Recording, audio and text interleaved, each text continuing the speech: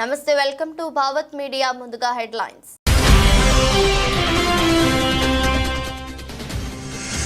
చైనాలో dating simulation game AI boyfriends కు విపరీతంగా పెరుగుతున్న ఆదరణ.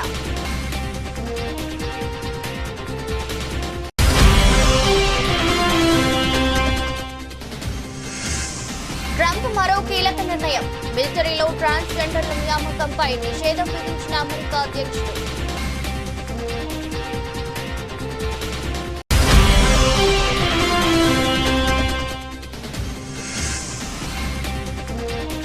ఢిల్లీ రైల్వే స్టేషన్లో తొక్కిసలాట, 18 మంది మృతి.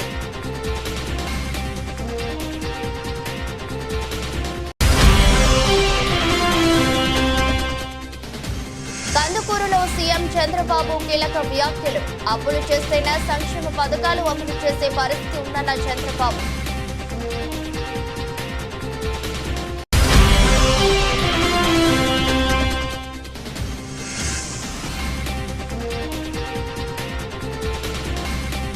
వంశీని వదిలిపెట్టాం, అరెస్టుపై Lokesh first reaction.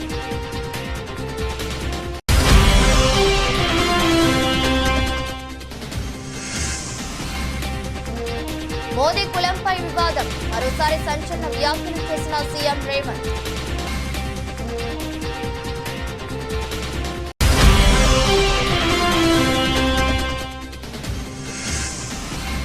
Delhi railway స్టేషన్లో తొక్కిసలాట, 10 లక్షల ఎక్స్గ్రేషియా ప్రకటించిన కేంద్రం.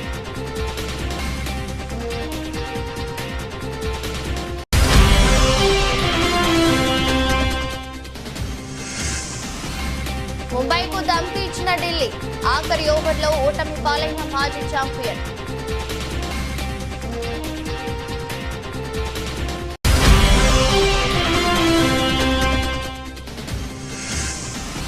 రెండు రోజుల్లోనే 100 కోట్ల దిశగా బాలీవుడ్ మూవీ.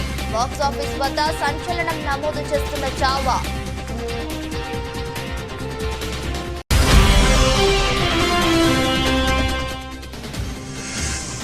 ఆల్ టైమ్ హైకి బంగారం ధర, 90,000కు చేరువైన తులం గోల్డ్.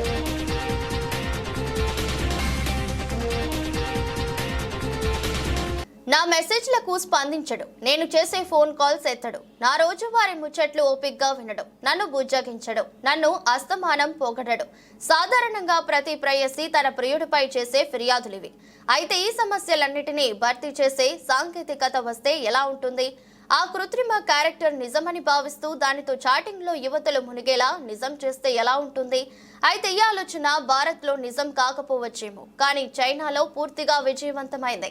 కృత్రిమ మేధతో సృష్టించిన కృత్రిమ బాయ్ ఫ్రెండ్స్ ఇప్పుడు చైనాలో ఎంత ప్రాచుర్యం పొందారో, దీనిని సృష్టించిన వ్యాపారవేత్త ఇప్పుడు బిలియనీర్ అయిపోయారు. ఈ వ్యాపార విజయాన్ని పరిశీలిస్తే సమాజంలో ఇలాంటి అసాధారణ భాగస్వాములు భవిష్యత్తులో మరింత అవసరమన్న విషయాన్ని చెప్పకనే చెబుతుంది. ఫోర్బ్స్ కథనం ప్రకారం షాంఘై కేంద్రం గయావు రున్హా సృష్టించిన dating simulation game love and deep space 60 లక్షల మందిని ఆకర్షించింది. సగటు యువతి తన ప్రియుడు ఎలా ఉండాలని కోరుకుంటుందో అలాంటి ఆదర్శ ప్రియుడిని ఇందులో సృష్టించారు. పొడవుగా అందంగా ఉండే జేన్ అనే పాత్రను సృష్టించారు. జేన్ ఫోన్ టెక్స్ట్ సందేశాలకు త్వరగా స్పందిస్తాడు.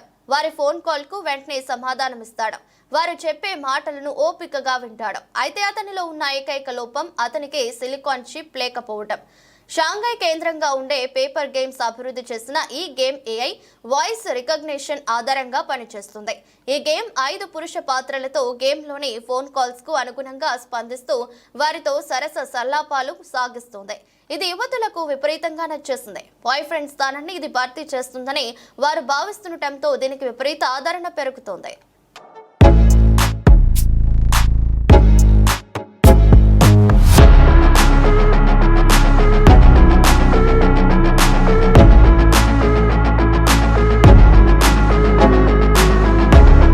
అమెరికా అధ్యక్షుడు డొనాల్డ్ ట్రంప్ మరో కీలక నిర్ణయం తీసుకున్నారు. మిలిటరీలో ట్రాన్స్జెండర్ల నియామకంపై నిషేధం విధిస్తూ నిర్ణయం తీసుకున్నారు. ఇటీవల మహిళల క్రీడా పోటీల్లో ట్రాన్స్జెండర్లను నిషేధిస్తూ నిర్ణయం తీసుకుంది. తాజాగా మిలిటరీ విభాగంలో ట్రాన్స్జెండర్ల నియామకాన్ని నిషేధించినట్లుగా అమెరికా సైన్యం ఎక్స్ వేదికగా పోస్ట్ చేసింది. వెంటనే ఈ నిర్ణయం అమల్లోకి వస్తుందని ఆర్మీ పేర్కొంది. డొనాల్డ్ ట్రంప్ తొలిసారి అధికారంలోకి వచ్చినప్పుడు ట్రాన్స్జెండర్ల సాయుధ దళాల్లో చేరకుండా ఉత్తర్వులు జారీ చేశారు. అయితే అప్పటికే సైన్యంలో పనిచేస్తున్న వారిని మాత్రం కొనసాగించారు. తాజాగా మరోసారి లింగ మార్పిడి వ్యక్తులను సైన్యంలో చేరకుండా నిషేధించింది.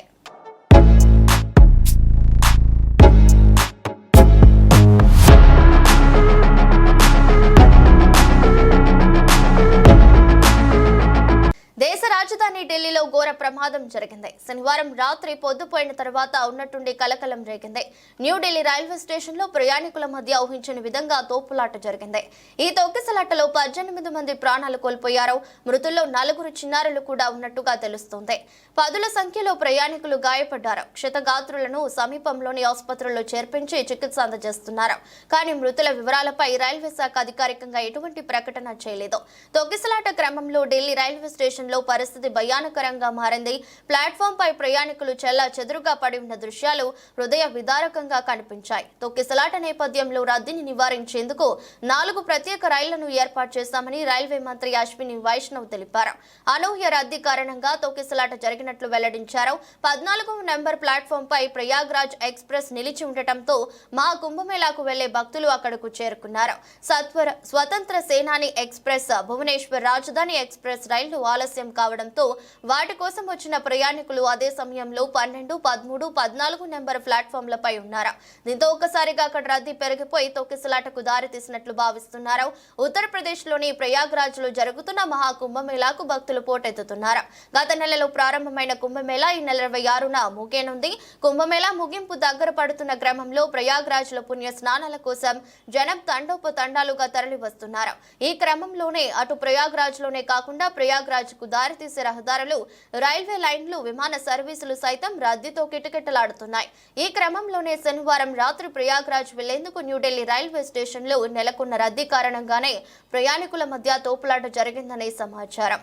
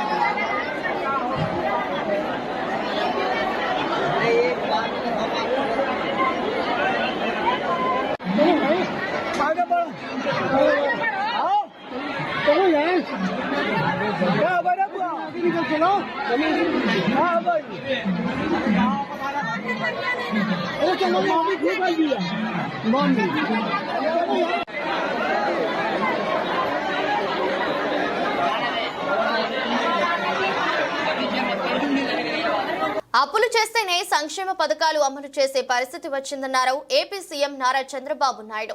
నెల్లూరు జిల్లా కందుకూరులో మాట్లాడిన ఆయన, రాష్ట్రం అప్పుల్లో కూరుకుపోయింది. అప్పులు చేస్తేనే కానీ సంక్షేమ పథకాలు అమలు చేసే పరిస్థితి లేదని ఆవేదన వ్యక్తం చేశారు.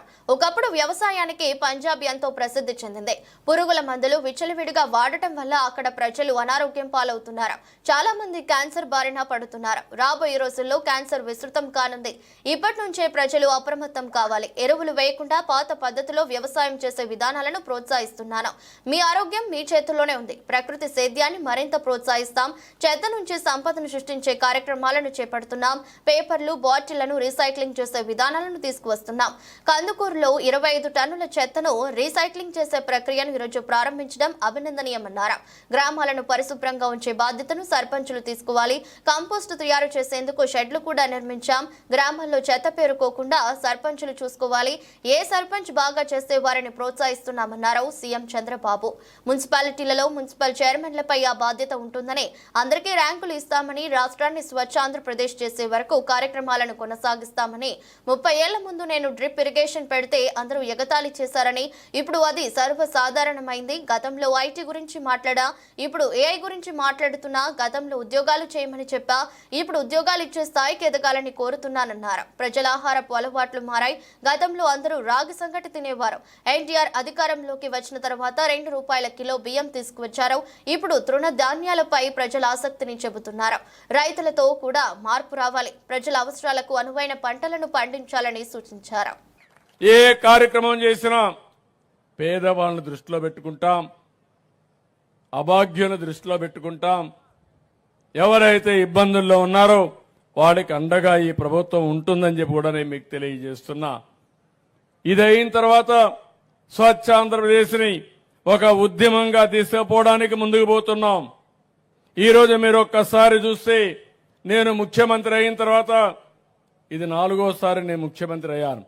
ఈరోజు మీ దగ్గరకు వస్తే మీ ఉత్సాహం చూస్తే నాకు ఎక్కడ లేని ధైర్యం వస్తుంది. నేను చేసే పనులు కరెక్ట్గా చేస్తున్నానని ఒక నమ్మకం, అదే మీరు చూపించే అభిమానం. అందుకే నేను కూడా ఆలోచిస్తున్నాను, భగవంతుడు నాకు ఎంత శక్తి ఇస్తే అంత శక్తి ఉపయోగించి మీకు సేవలు అందించాలనే ఏకైక లక్ష్యం తప్ప ఇంకోటి కాదు. నేను అందుకే పదే చెప్పాను, సంపద సృష్టిస్తే ఆదాయం పెరుగుతుంది. సంపద సృష్టించాలంటే అభివృద్ధి చేయాలి. ఆదాయం వస్తే ఆ ఆదాయాన్ని పేదల సంక్షేమం కోసం ఖర్చు పెడతాం, పింఛన్లు ఇస్తాం, ఇంకా అనేక కార్యక్రమాలకు తల్లికి వందనం అన్ని ఇస్తాం. అది చేసి మళ్ళా అభివృద్ధి పైన ఖర్చు పెడితే నిరంతరం ఆదాయం పెరుగుతుంది. ఇది ఎక్కడ కూడా ప్రపంచం అంతా జరిగే విధానం. కానీ 5 సంవత్సరాల్లో ఆదాయం పెరగలేదు, సంపద సృష్టించబడలేదు. అప్పులు విపరీతంగా చేశారు. 10 లక్షల కోట్ల రూపాయలు అప్పు చేశారు. ఆ అప్పుకు వడ్డీ కట్టాలి, అసలు కట్టాలి. ఇప్పుడు ఆ అప్పులో చూస్తే నాకు భయం వేస్తా ఉంది. ఎందుకంటే మా ఆఫీస్కి వచ్చి మొన్నైతే మీరు అప్పు కట్టలేదని తకామని నోటీసు పంపించి స్టాక్ ఎక్స్చేంజ్ కూడా పంపించేశారు.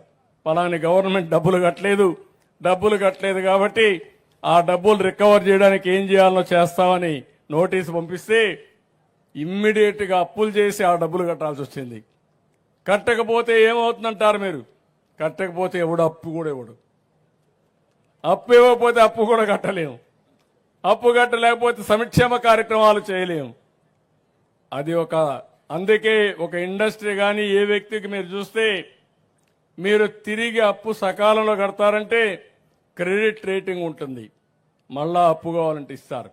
నేను మొన్న బ్యాంకర్స్తో మాట్లాడినప్పుడు చెప్పాను, రైతులకి అందరికి కూడా ఎవరైనా సరే రెగ్యులర్గా అప్పు కట్టే వాళ్ళకి 15 నిమిషాల్లో డబ్బులు ఇస్తారు.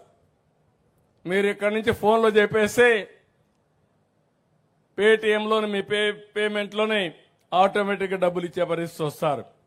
అది క్రెడిబిలిటీకి ఉండే విశ్వసనీయత. అలాంటిది ఇప్పుడు నేను ఇది కట్టాలి, మళ్ళా సంపద సృష్టించాలి. అందుకే మీరు చూశారు 8 నెలలుగా ఎప్పుడూ జరగని అభివృద్ధి కార్యక్రమాలకు శ్రీకారం చుట్టాను. మొత్తం చేసేయాలనే సంకల్పం ఉంది, పరిగెత్తాలని ఉంది. కానీ గల్లా పెట్టి మాత్రం సహకరించడం లేదు. కానీ పర్వాలేదు, నాకు నమ్మకం ఉంది ఇది తాత్కాలికమైన ఇబ్బంది.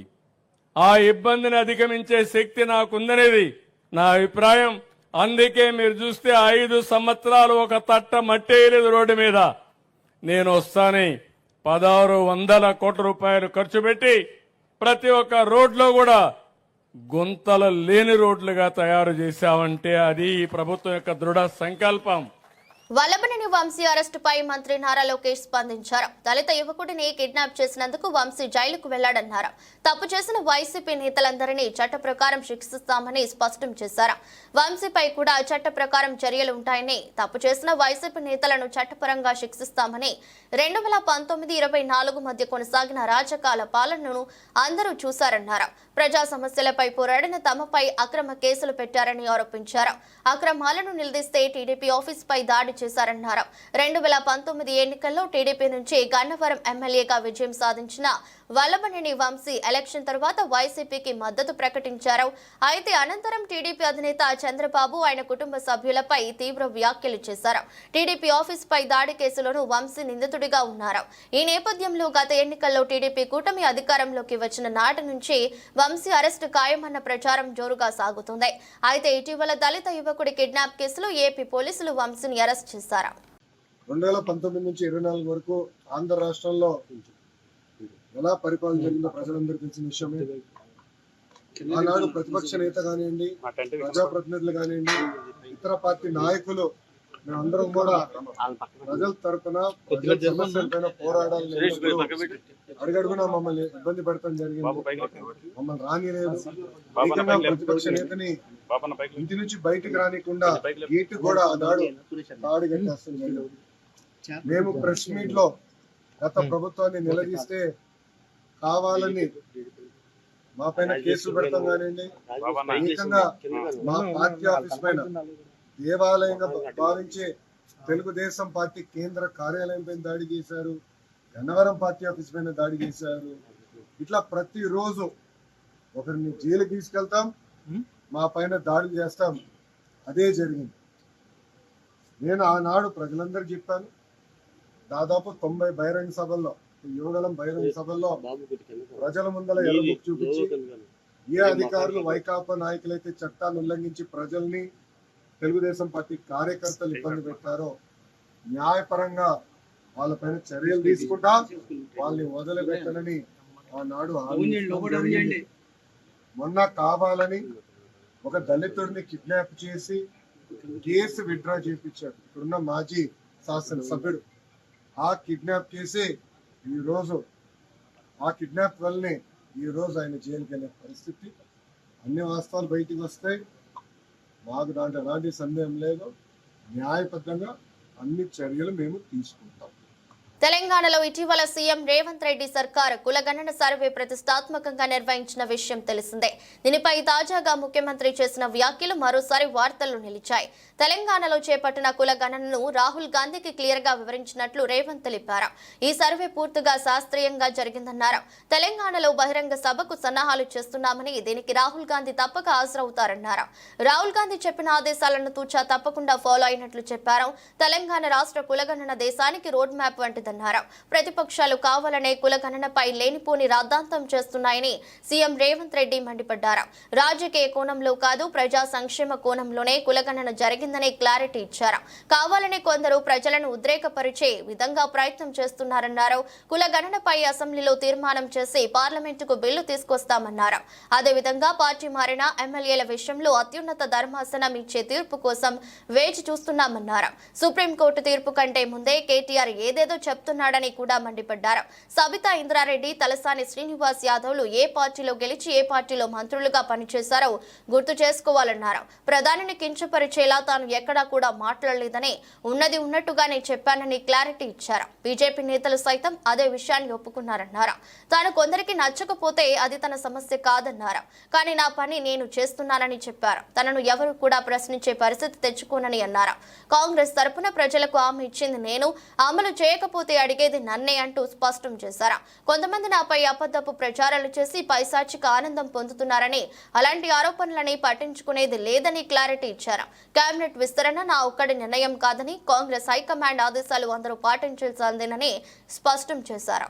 మోడీని నిలదీసిండు కాబట్టి బీజేపీలు భయపడి ఈ రోజు కుట్ర చేసి మోడీ మెడల్ వంచుతాడు రాహుల్ గాంధీ అనే భయానికి ఈ లెక్కను తప్పుల తడకగా చూపించి కోల్డ్ స్టోరేజ్లో పెట్టాలని వాళ్ళు ప్రయత్నం చేస్తారు. ఈ లెక్క తేలితే తమ సంగతి అసలు బండారం బయటపడుతుందని చంద్రశేఖరరావు గారు దీన్ని ఇంకొక పక్కన అదే చేస్తారు. వీళ్ళిద్దరు ఒకే రకంగా ఆలోచన చేస్తారు. ఈడున్న వేదిక మీద ఉన్న మిత్రులకు, కిందున్న వాళ్ళకు ఒక విషయం చెప్పాలి.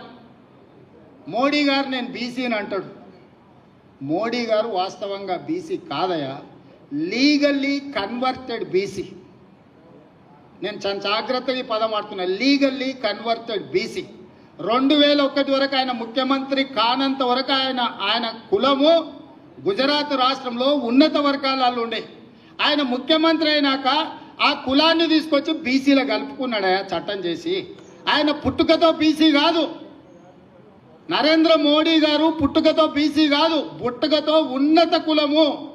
కానీ 2001లో ఆయన ముఖ్యమంత్రి అయిన తర్వాత ఆయన కులాన్ని తీసుకొచ్చి బీసీ కులాలలో కలిపి మీ దాంట్లో ఇత్తేసి పొత్తుగూడిండు. ఇక మీ ఇష్టం, ఆ పైన మీ ఇష్టం. ఆయన కుర్చీలో నేను బీసీని ఉన్నా కదా మీకు అందరికి ఎందుకు అంటుండు. ఆయన సర్టిఫికెట్ ఈరోజు బీసీ ఉండొచ్చు, కానీ మనస్తత్వం మాత్రము బీసీల వ్యతిరేక మనస్తత్వం. బీసీ ప్రధానమంత్రి అయితే 2021లో జనాభా లెక్కలు ఎందుకు చేయలేదు? జనాభా లెక్కలలో బీసీ కులాల లెక్కెందుకు తేల్చలేదు? ఢిల్లీ రైల్వే స్టేషన్ లో జరిగిన తొక్కిసలాటలో ప్రాణాలు కోల్పోయిన వారి కుటుంబాలకు భారత రైల్వే శాఖ ఫిబ్రవరి 16వ తేదీ ఆదివారం 10 లక్షల ఎక్స్గ్రేషియా ప్రకటించింది. తీవ్రంగా గాయపడిన వారికి 2.5 లక్షల పరిహారం, స్వల్పంగా గాయపడిన వారికి 1 లక్ష పరిహారం కేటాయిస్తూ నిర్ణయం తీసుకుంది. కాగా మహాకుంభమేళా కోసం ప్రయాగ్రాజ్ కు వెళ్లే రైళ్లు ఎక్కడానికి పెద్ద సంఖ్యలో జనం గుమ్మిగూడటంతో శనివారం రాత్రి 9:55 ప్రాంతంలో 14-15 ప్లాట్ఫామ్లపై ఈ ఘటన చోటు చేసుకుంది. ఈ ఘటనలో 18 మంది ప్రాణాలు కోల్పోగా డజనుకు పైగా మంది గాయపడ్డారు. మృతుల్లో 15 మందిని సెంట్రల్ ఢిల్లీలోని లోక్ నాయక్ జయప్రకాష్ ఆసుపత్రికి తీసుకెళ్లినట్లు ఢిల్లీ ముఖ్యమంత్రి అతిష్ తెలిపారు. బాధితుల్లో 2 తప్ప మిగతా వారందరినీ అధికారులు గుర్తించారు. వారిలో 3 పిల్లలు కూడా ఉన్నారు. ఈ దుర్ఘటనపై రైల్వే బోర్డు ఉన్నత స్థాయి దర్యాప్తు ప్రారంభించింది.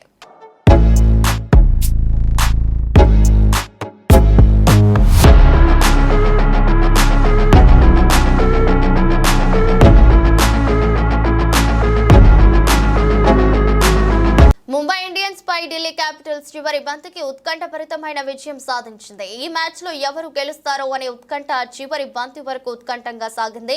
ఆఖరి బంతికి 2 పరుగులు అవసరమయ్యాయి. అయితే అరుంధతి చివరి బంతికి 2 పరుగులు తీసి మ్యాచ్ ను తన వైపునకు తిప్పుకుంది. తర్వాత ఢిల్లీ చేతిలో మాజీ ఛాంపియన్ ముంబై ఇండియన్స్ కు పరాజయం తప్పలేదు. ఈ మ్యాచ్ లో టాస్ గెలిచిన ఢిల్లీ క్యాపిటల్స్ ముందుగా బౌలింగ్ చేయాలని నిర్ణయించుకుంది. అందుకు తగ్గట్టుగానే ముంబై ఇండియన్స్ ను 19 ఓవర్లలో 164 పరుగులకే పరిమితం చేసింది. అనంతరం ముంబై ఇండియన్స్ నిర్దేశించిన 165 పరుగుల లక్ష్యాన్ని ఢిల్లీ క్యాపిటల్స్ 8 వికెట్లు కోల్పోయి చివరి బంతికి అందుకుంది. ఢిల్లీ విజయానికి చివరి ఓవర్లో 10 పరుగులు అవసరమయ్యాయి. చివరి ఓవర్ను ఎస్ సంజనకు అప్పగించింది ముంబై కెప్టెన్. మొదటి బంతికే నిక్కీ ప్రసాద్ 4 కొట్టింది. రెండో బంతికి 2 పరుగులు వచ్చాయి. దీంతో ఢిల్లీ విజయ సమీకరణం 4 బంతుల్లో 4 పరుగులుగా మారిపోయింది. ఇక 3-4 బంతులకు ఒక్కొక్క పరుగు రావడంతో మ్యాచ్ ఉత్కంఠంగా మారింది. 5వ బంతికి భారీ షాట్ కొట్టాలనుకున్న ఆశతో నిక్కీ ప్రసాద్ వికెట్ సమర్పించుకుంది. అయితే అరుంధతి రెడ్డి ఆఖరి బంతికి 2 పరుగులు చేసి ఢిల్లీని గెలిపించింది.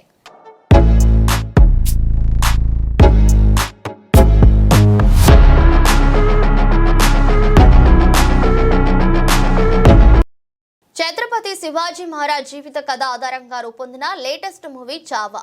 ఉటేకర్ దర్శకత్వంలో విక్కీ కౌశల్ హీరోగా ఫిబ్రవరి 14న విడుదలైన ఈ హిస్టారికల్ డ్రామా బాక్స్ ఆఫీస్ వద్ద సంచలనం సృష్టిస్తుంది. 2025లో బాలీవుడ్ బిగ్గెస్ట్ ఓపెనర్ గా రికార్డు క్రియేట్ చేసింది. 2 రోజుల్లోనే ఈ చిత్రం 100 కోట్ల దిశగా దూసుకెళ్తుంది. మొదటి రోజు 31 కోట్లతో అద్భుతమైన ఓపెనింగ్ సాధించిన ఈ చిత్రం 2వ రోజు కూడా అదే జోరు కొనసాగించింది. శనివారం 36.5 కోట్ల వసూళ్లను సాధించింది. మొత్తం ప్రపంచ వ్యాప్తంగా 2 రోజుల్లో 70 కోట్లు మార్కుకు చేరుకుంది. దీంతో తొలి వారంతోనే చావా 100 కోట్ల క్లబ్ లోకి చేరడం ఖాయమని పక్కా అని చెబుతున్నారు ట్రేడ్ నిపుణులు. ఆక్యుపెన్సీ విషయానికి వస్తే 2వ రోజు ఈ చిత్రం మొత్తం 50.34% ఆక్యుపెన్సీ సాధించింది. ఉదయం షోలలో 32.91%, మధ్యాహ్నం 47.06%, సాయంత్రం 52.57%తో మరింత పెరిగింది. రాత్రి షోలలో 69.02%తో అత్యధిక ఆక్యుపెన్సీ రేటు కనిపించింది. విక్కీ కౌశల్ కెరీర్లోనే బిగ్గెస్ట్ ఓపెనర్ గా చావా నిలిచింది. ఈ చిత్రంలో సంభాజీ మహారాజ్ భార్య యేసుబాయి పాత్రలో రష్మిక నటించింది. సంభాజీ మహారాజ్ పాత్రలో విక్కీ కౌశల్ నటనకు ప్రేక్షకులు ఫిదా అయిపోయారు. విక్కీ సంభాజీ పాత్రకు జీవం పోసారని చెబుతున్నారు. అంతేకాదు సినిమా చూసిన కొంతమంది ఆడియన్స్ కన్నిటితో బయటకు వస్తున్నారు. సినిమాలో చివరి 40 నిమిషాలు అద్భుతంగా ఉందని రివ్యూలు వస్తున్నాయి. బ్రిటిష్ వారితో పోరాడి ప్రాణాలు పోగొట్టుకున్న సంభాజీ మహారాజ్ జీవిత కథను సినిమాగా మలిచి ఎంతో అద్భుతంగా చూపించారు డైరెక్టర్ లక్ష్మణ్.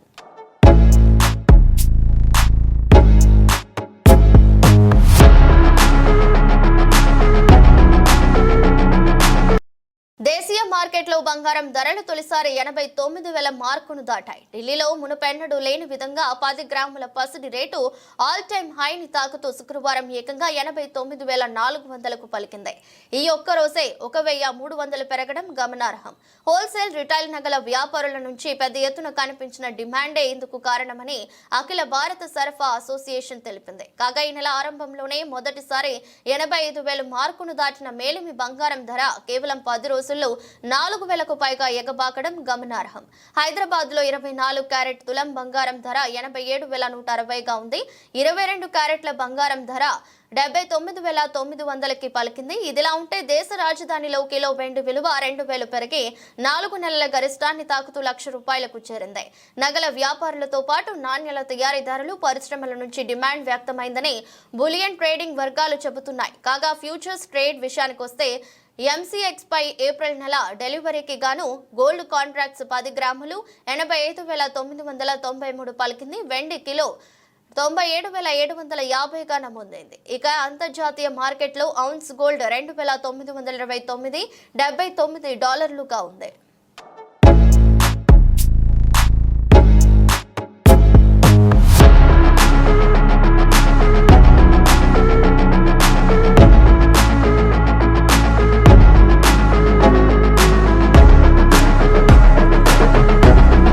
వార్తలు ముగించే ముందు మరోసారి హెడ్లైన్స్.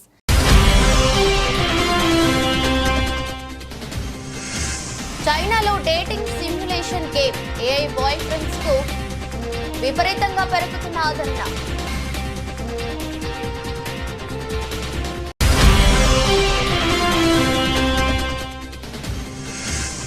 ట్రంప్ మరో కీలక నిర్ణయం. మిలిటరీలో ట్రాన్స్జెండర్ల నియామకంపై నిషేధం విధించిన అమెరికా అధ్యక్షుడు.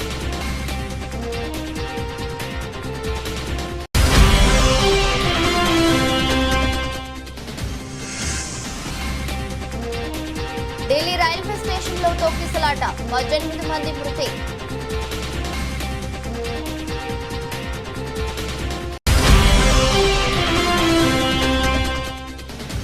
కందుకూరులో సీఎం చంద్రబాబు కీలక వ్యాఖ్యలు. అప్పులు చేస్తేనే సంక్షేమ పథకాలు అమలు చేసే పరిస్థితి ఉందన్న చంద్రబాబు.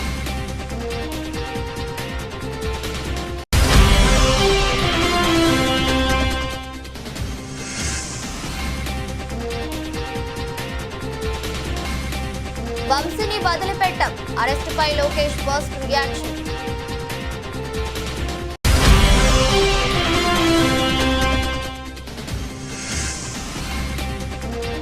మోదీ కులంపై వివాదం, మరోసారి సంచలన వ్యాఖ్యలు చేసిన సీఎం రేవంత్.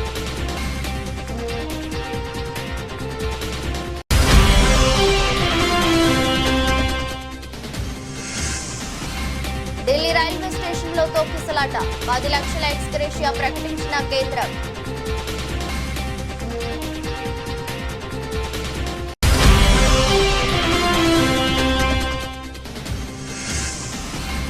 ముంబైకు ధమ్కి ఇచ్చిన ఢిల్లీ, ఆఖరి ఓవర్లో ఓటమి పాలైన మాజీ ఛాంపియన్.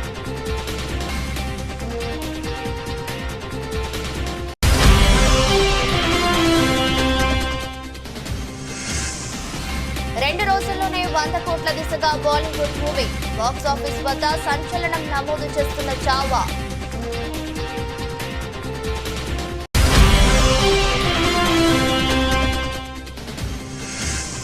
ఆల్ టైమ్ హైకి బంగారం ధర, 90,000కు చేరువైన తులం గోల్డ్.